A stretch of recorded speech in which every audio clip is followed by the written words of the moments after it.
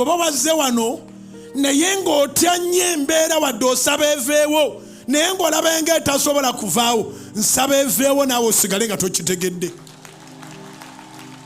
Nsaba embeera eveewo naawe osigale nga tokikkiriza. Asabira mu kukkiriza okutono, yagamba okukkiriza okutono ng'akaweke k'akaladdaali kujjawo ensozi. Nsaba Katonda ajjawo ensozi mu bulamu bwo.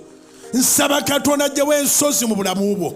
Nsaba Katonda akutula enjegere ng'azikutula okuviira ddala ku kikolo kyazo. Nsaba Katonda akutula enjegere ng'azikutula ddala okuviira ddala eri ku kikolo ebikutawaanya.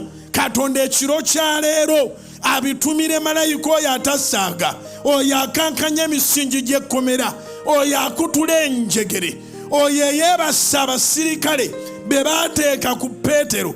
Naawe mu linnya lya Mukama waffe Yesu ajje gy'oli akutule buli ekisibye, yeebase buli mandwa gye baakusindikira, yeebase buli muzimu gwe baakuteekako.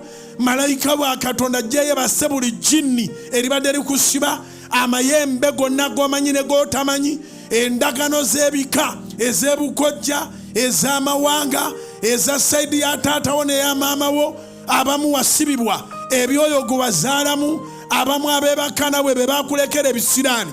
Olwaleero Katonda nga bali omulamu bikute